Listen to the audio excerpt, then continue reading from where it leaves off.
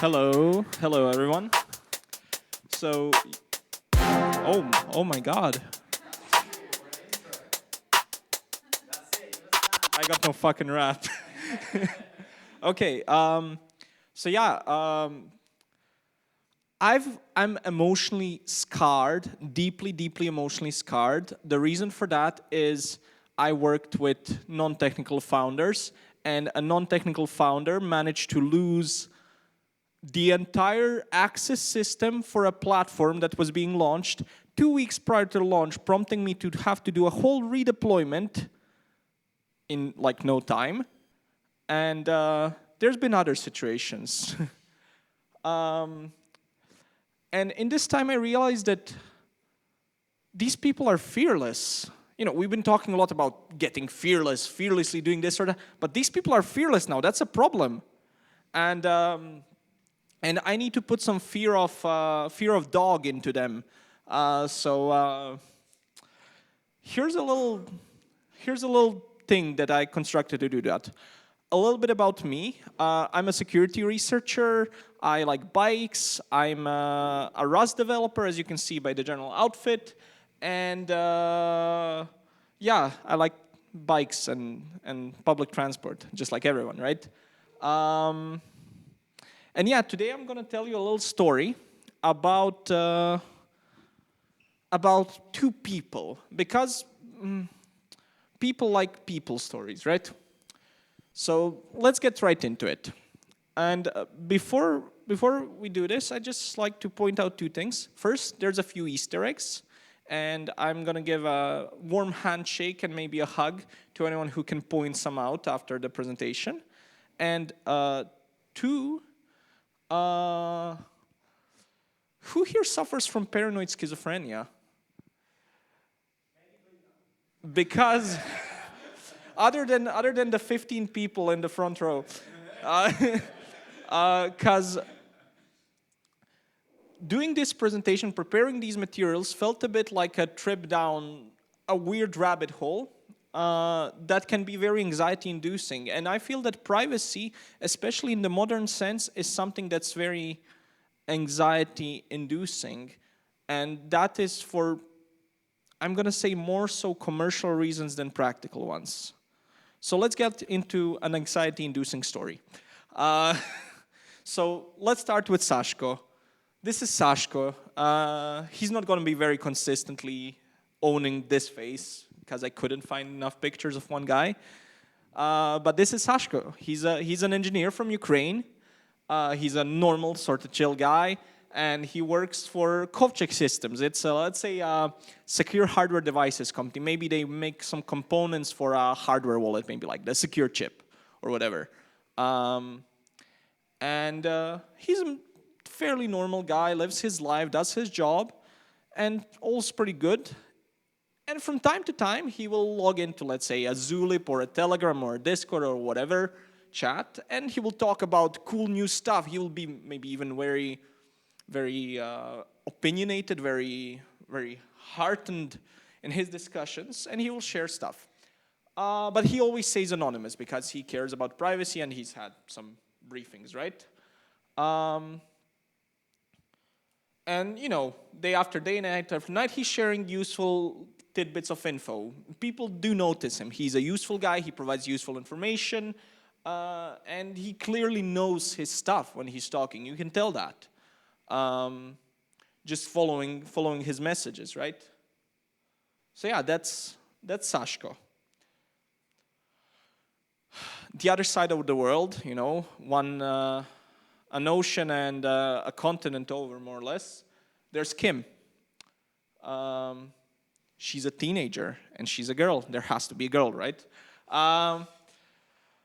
She's a teenager in the Democratic People's Republic of Korea, and she's what we would call a Googler or a searcher, more modernly. She was hired, she was picked out at an early age, and she was taught to use search tools to write up files on various keywords that her government provides. And you know, one day she may get significantly rewarded for that, you know, foreshadowing. And today is her lucky day. She doesn't know it yet, but it's her lucky day because today she found Sashko. Today she found Sashko. She was doing some research about the STM32 keyword, so like a chip, and she was looking through some chats or whatever, or some dump that she was just supposed to research, and she found a message by Sashko discussing something about, let's say, supply chain attacks or whatever on these chips. So yeah, good day. Back to Sashko. So it was another day at the office, another half day spent in a security briefing. Also, some major promotions because there was a project milestone. It was, a bittersweet day, let's say. So they got a little bonus, and for Bogdan over there, that means one step closer to retiring on a farm somewhere away from all computers and stuff like that. But they also spent like a real half day just going through these basic scenarios of potential attack on their company, like dumpster diving and whatever. And everyone was sort of sick of those, and they asked Bogdan, who is, by the way, the manager, to maybe cut those out. And he said he'll discuss it. After that, they went to a place that recently opened in Tech Park. It's like a little kvass place. It serves drinks and some snacks and stuff like that. And it's really nice. They were waiting in line. They were discussing about like the security guys being totally outdated and how horrible the day was because of the whole briefing, and just chatting in line. And they were thinking like how it's going to be some nice food, and like it's actually a really nice place because, for example, this place has employee discounts.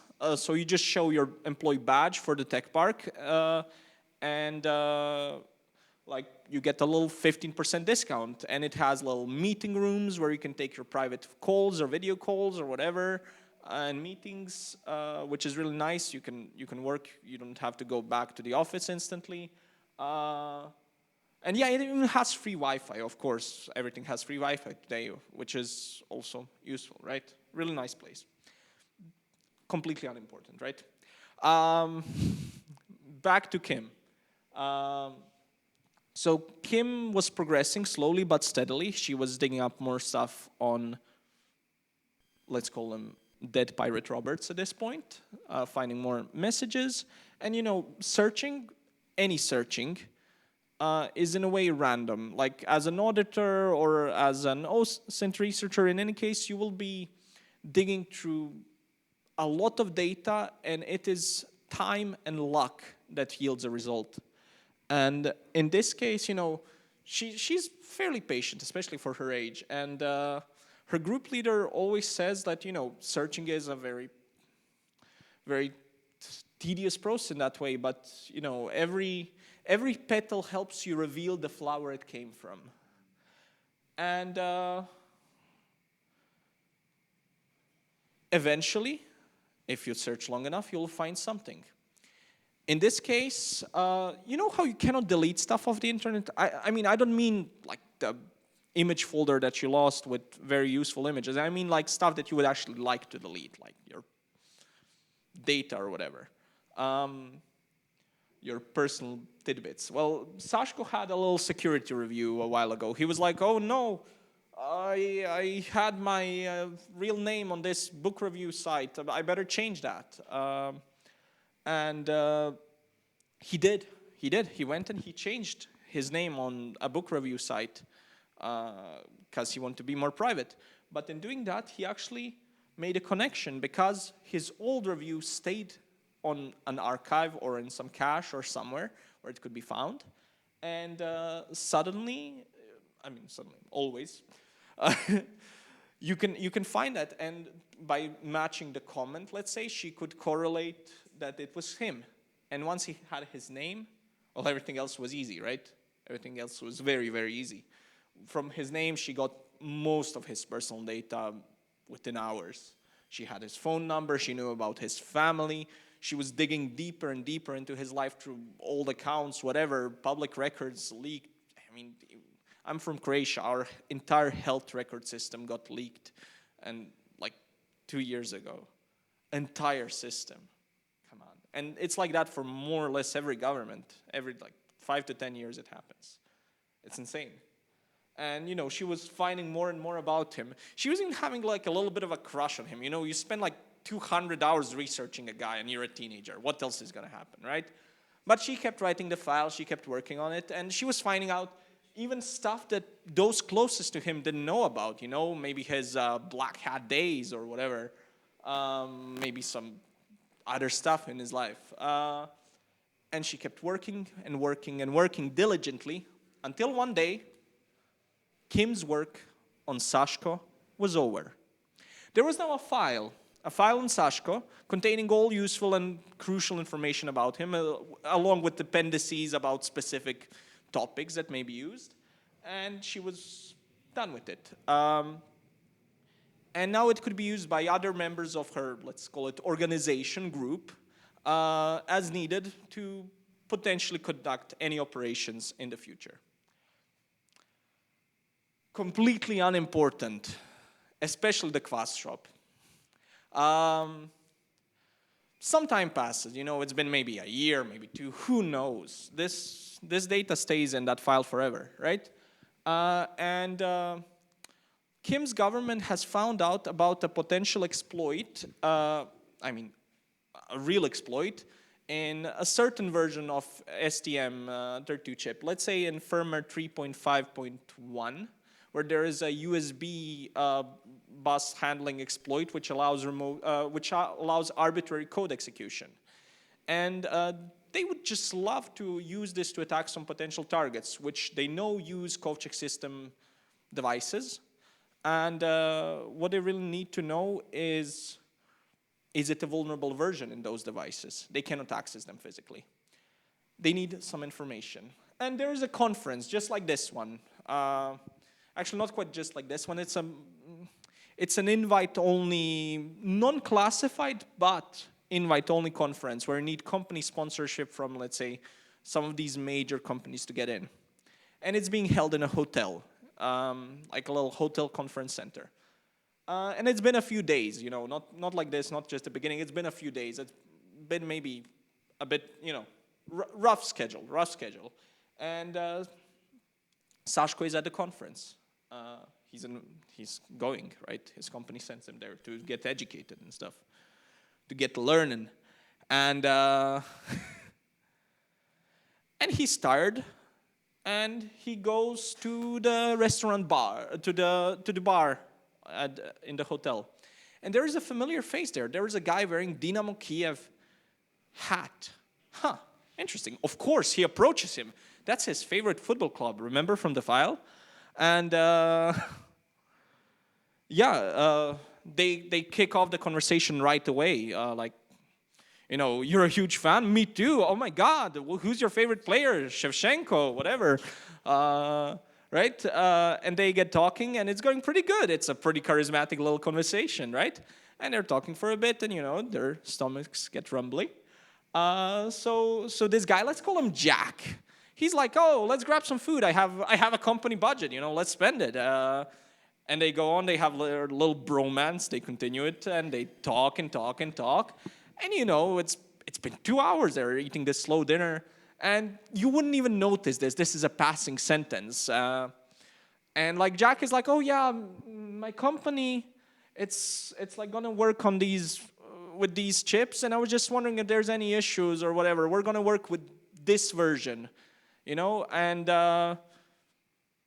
he asks Sashko, and Sashko he's a helpful guy. He's been briefed. He knows not to share any classified information, and he hasn't. He's been avoiding any real work talk. They're just talking about life and sports and family and whatever.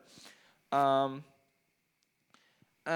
you know, just passing by, you know, Sashko just says, oh, don't worry, we used it in such and such product, and it was okay, it was well documented, no worries there. And they continue talking. And oh yeah, I don't have my speaker notes, so I'm a bit more scatterbrained. Jack, this is a restaurant lobby. This is a lobby. This is not the classified space. And you don't really, he's seen maybe Sashko has seen Jack in like the elevator, in the lobby, in places like that, but not at the conference yet. And it's pretty good. And soon after, Jack is like, okay, yeah, I gotta go. I have an early flight to catch, right? And Jack is very happy. Jack got the information he needed from Sashko without even once having to explain why he's not participating for real at the conference, why he's not at any of the lecture and any of the closed spaces. And instead, he can just, he can just go and do whatever he wants. And later on, if he needs to, he can contact Sashko again. He's made a good friend who will probably provide him additional useful information. And all of that so beautifully without having to do anything at all unkind.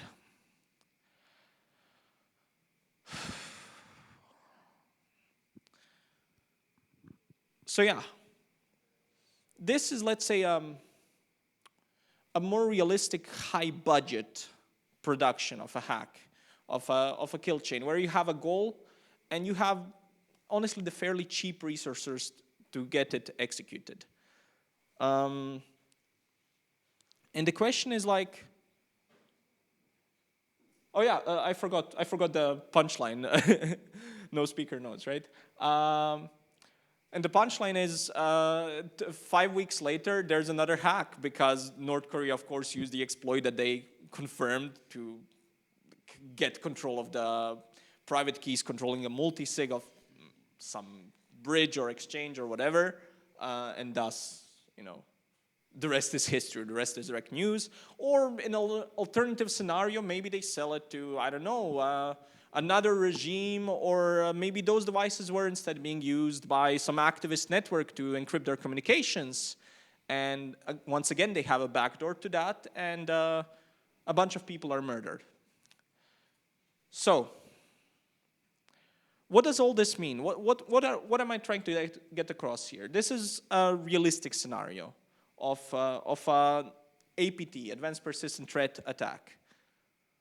But what I really want is get a message of what really exists out there across, because there's a lot of security theater, there's a lot of security potion, there's a lot of companies earning money off paranoia more so than real need. So the first question is what you can do. Well, in general, buy a VPN and get the data deletion service. No, don't. Those mean nothing. Data deletion services mean nothing.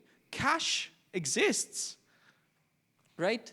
For a real hacker, it's not going to make any difference. And for Facebook, it makes no difference either, because they have all your data already. They have a shadow profile of you since the day you were about -4 months old and your mother had an increase in searches for stuff generally associated with possible pregnancy or something. It's insane. It's honestly insane.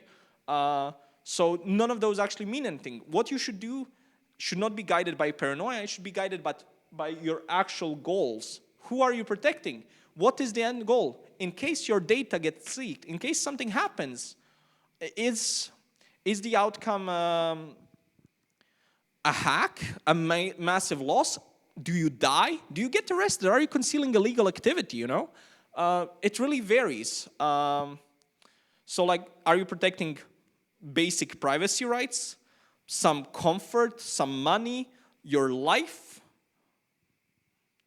And who is actually chasing you? Are you just trying to get away from nosy exes or some trolls or some script kiddies? Because those, they generally will not have this level of skill. I mean, this was a child searching, but she was doing it full time, and a smart child.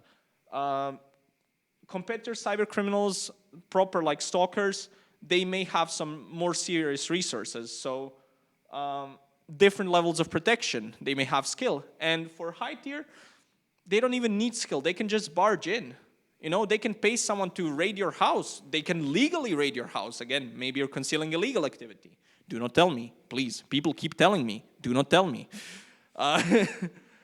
So yeah, it really depends. And what happens if they win? Again, what's the loss? Anything that doesn't actually take into account your real threat model is just paranoia. And the thing is, I cannot give you general advice, because The OPSEC, currently, actually, here's a good one. We're currently working on an OPSEC playbook, and I will probably share it soonish in a chat. But I cannot give you a general OPSEC playbook because it doesn't work for a general person. So what do you actually do? Well, okay, in general, don't get suckered into privacy products, especially while you have Instagram installed on your phone or while you're using Telegram, a fully clear text app which can see all of your messages. And by that I mean the Russian government can see all of your messages in clear text. There is no encryption. I know there's an end-to-end encryption somewhere in there, but zero trust in that. Like, because for one, you're not using it, right? Two, a VPN means more or less nothing. And three, okay, so what do we do for an extreme? Just to have fun. Let's say you're a hacker, you're trying to pull off a $5 million heist. What do? You acquire devices using cash. You actually get a Tor connection, but before the Tor connection, you download all packages and large files necessary through random Wi-Fi network. This is, keep in mind, this point, not a hot device in terms of being tracked. You have all of your payload and you set up an operating point. In that operating point, you execute your hack, which you have prepared. And yeah, I'm going to need another, probably 30 seconds on top of that. So from that operating point, you execute your hack, and let's say it works well. You're currently not traced. All that exists about you right now is that a certain wallet that was funded through mixed funds, like through a mixer, that were previously purchased P2P using cash, managed to execute a hack. What do you do now? You get that converted to Monero. You crush all of your devices, and you change nothing about your life. You now have a piece of paper with 50 Monero keys with the distribution of all those funds that you may very, very slowly spend. That's it. You do not brag. You do not tell anyone ever for any reason. Because here's what works. You cannot conceal your own privacy. I am Noah. I am public. Everyone knows everything about me already. What I can create is a new identity and keep it completely compartmentalized from my real one when I need to execute something. Once I do not need it anymore, it is ephemeral. It is gone forever. It shall never be reused again for any reason. And that is it. And I shall not change anything about my life to in any way reflect that something has happened. This goes for hacks, but this also goes for activists, for protesters, for everyone who's actually trying to keep their privacy. In case you're on a more corporate perspective, you're more likely to gain use from, instead of operational security, deception. AKA, you want to provide a lot of false information about yourself to the internet, and you also want to make your threat model clear publicly. AKA, if you take me and torture me for 15 hours, I will not provide any keys because I could never provide them anyway. I do not have them on me. And that's how you ensure you're not tortured. So that's in case you're, walking around right now with private keys that have access to like $5 million. Do not do that. Make sure that everybody knows that you're not doing that, because again, every year there's one that gets sliced up and thrown into a river after being tortured, like at these conferences. That's it. There's no clear answer. If you have specific questions, if you have a specific situation, please contact me, and thank you for listening. I hope this was interesting, and I hope I cured someone's paranoia.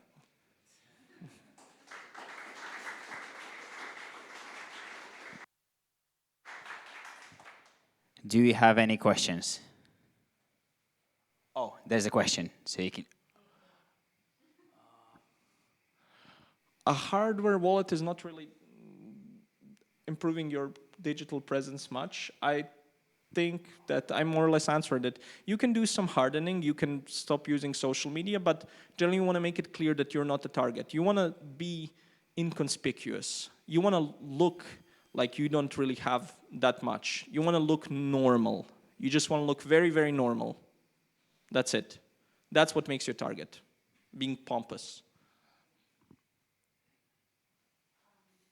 sorry, just prefer to ask a question like that instead of using the app. What is the cleanest way to fund a new wallet that you want to anonymize?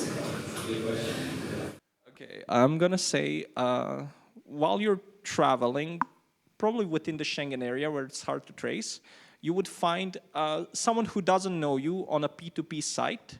You would wear heavy makeup to make yourself hard to recognize while also not memorable, because as a woman especially, it's a lot better. You can wear sort of festival-y makeup and it can just be a personal expression and not a privacy thing. I hear this a lot from activists and protesters. You know, they can sort of hide themselves without looking like they're hiding. You will, again, for funding a wallet, you just need like 10, 20 bucks. Again, flash loans are amazing for allowing us to hack without any real capital, right? So you will go and using some P2P exchange, or maybe just ask someone random at the conference, hey, could you just, me, very anonymous person, totally not memorable, send me some funds.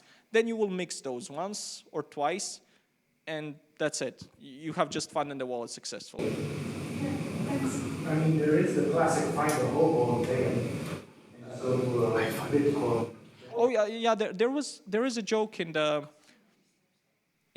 Croatian community that, and again, I'm just not to offend anyone, but I'm just saying as it is said in Croatia. So KYC is considered to be know your Tsigan. Because of the rampant use of, you know, that's the current running gag. So yeah. Do you have any more questions? I love how everyone's just trying to, you know, entrepreneurially get to executing a hack. Hello. So if I understood correctly, you were saying there is this way to execute something online where you don't have presence. It's like a cold device. You execute it and then you crash it and hide all this identity. How do you actually get a cold device? Cache, maybe used devices are very good. Again, you do not need a beast rig. You can use a 15-year-old laptop that you got off a grandma that you found on like the local equivalent of Craigslist, right? Okay. So you do not need, actually that device being sort of old and hard to trace is better. And you will be destroying it. It is ephemeral. You're leaving only with a piece of paper with private keys, nothing else. And you're burning everything. Yeah, I was a bit pointing towards, like in most countries, if you want to get a device now, you either order it, so that's the trace, or you buy it in a store and there's a camera, or maybe you get it from a friend. Heavy makeup, festival makeup. If you have the time, you're going during a festival, you know? You're going, right now is Pride Month, right? There's a parade somewhere. Heavy makeup, let's go. Got the phone in the meanwhile. Okay, thank you. Thanks. I feel like the gentleman here also has an answer, so you can go ahead. Please find the hobo. Thank you, Truly sir. experienced, you say. Do you have any more questions? No more questions. I have a question, actually. If someone is really good at tracking on-chain data, like myself, for example, if you send me money from any of your wallets, I'll most likely be able to find the rest of your wallets. What would you advise? It's like going back to her questions on like, how do I even put any money into my cold wallet? I was lucky enough to essentially buy things straight on my, like Bitcoin straight on my cold wallet, and I haven't transferred money from that wallet ever. But if I ever want to use the money on my cold wallet, I'll still need to go through an exchange, or I would need to transfer it to a DEX, and that's normally where people catch you. I mean, that's up to you. Again, who are you hiding from? Are you trying to keep privacy for privacy's sake? Or are you trying to hide your $17 million of illegally stolen Bitcoin? Because one of these is like, well, you're I gonna don't have put 70 million for all the scammers like out there. you're gonna put a tiny bit of effort, you know, to make it a bit more private, which is fairly easy. Like you could just go through some P2P people, mix it up. But if it's 17 million that you're talking about, then it's a very different situation. And Bitcoin is not a great network for that because it's not a privacy network at all, right? But you should use decentralized services and you should use them through Tor and you should keep every step of your way ephemeral. So once it enters the mixer, you should be maybe on a different device set when exiting the mixer, you know? And you should be carrying as much data as you can on paper between these steps. Oh, can we use the mic, please? Because we're also recording it. Oh yeah.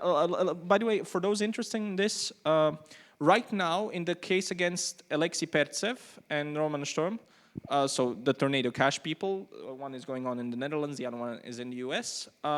There is a very interesting case from the defense where the defense just asked to be provided the version of Chainalysis that government has access to because they tried to replicate the actual analysis and they couldn't. So the actual tracing capabilities are very high. A lot of hackers get caught. Like 3 years ago, I was at the DeFi Security Summit in Paris, and as we were just sitting there, the hacker guy got caught with about $200K in cash in a car trying to cross the Turkish border with Greece. So yeah. So we're using Monero for cleaning up our Bitcoins. How safe is it to use Monero? And then, like, in his example, 70 millions, you can like slowly drop. Monero has protocol level privacy. Whether that privacy is good or not is a matter of time and effort. There have been cases of, let's say, minor breaches of privacy in Monero. There's a lot, and I mean a lot, of actual Monero nodes and endpoints which are fully taken by governments, which means governments can trace it. So if we're talking about escaping government surveillance, I'm not sure that without very advanced techniques it's sufficient. You know, the reason North Korea is so good at this is because they don't really need to escape government surveillance. They just need to mix it well enough that they can sort of pay for something, you know. But everyone already knows who done it. Own node on Monero. Partially. Even there's some more advanced techniques. But like I cannot give you like a little guide off the top of my head. And either a guarantee that it will keep you. Yeah, because there could be. So okay, I did some ZK audits at Hacken, and like we were auditing Binance proof of reserves, and there was a bug. So proof of reserves was at that point running for, let's say, half a year, and we found a bug that completely invalidated the entire history of proof of reserves. Imagine in 17 years, they find a bug, maybe I find a bug, in Monero that completely invalidates the entire history of privacy of Monero. You know? That's why ephemeral. Okay. I wouldn't fully trust anything. I would assume that everything could eventually be found. But you know what cannot be traced that easily? Cash. So there is always the option of cash as a hop, and just not changing your life. You know, if you have $17 million in your mattress and you're not using any of them, it's going to be a bit harder to find them than if you buy a Ferrari. So basically, slowly drip your wallet if you have a plenty amount of dark money. Yes. Or stay within the dark economy. That's the other approach, which is, okay, there's going to be a split. There's going to be the legal stuff and the illegal stuff. The legal stuff is going to be fully accounted for, and you're going to be able to more or less trace it and justify it, and that's going to be your visible life. And there's going to be another anonymous economy running on top of this, which is just going to be based on more or less unjustifiable money, right? And it's always worked like that. It's just that instead of just that economy consisting of cash, like in Croatia, about, let's say, another 50% of all stuff, like all salaries and stuff like that, is still done illegally. A lot of people are on minimum salaries and receiving cash, and it's like that in most Balkan countries. So you're going to have a similar situation. It's just that now instead of having bank accounts, cash, you're going to have crypto and more private crypto and you're going to have a little split of crypto into the legal and illegal crypto. That's it. I'll put an end to this conversation because I don't like where it's going when I'm in that room. So I'll ask a different question. These are all just hypotheticals. Yeah, absolutely. As a security researcher, I have never committed a crime in my life, except stealing a Kinder Egg once when I was 7. It's recorded, so now everyone knows what you've done when you were 7.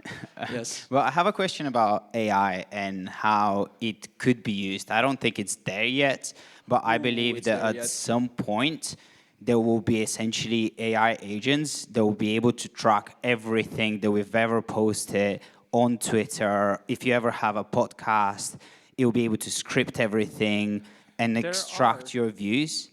Yeah, there are, but I don't think they're as good as I imagined them to be in 5 years. Because in 5 years, I think, or even sooner, it will be They're just scary. not public. They're just not public. Again, Facebook has had shadow profiles and very accurate advertising with more or less no data or minimal data for years. The difference is whether you're looking for a general profile or like personal profile. Because for advertising and such stuff, a general one is okay.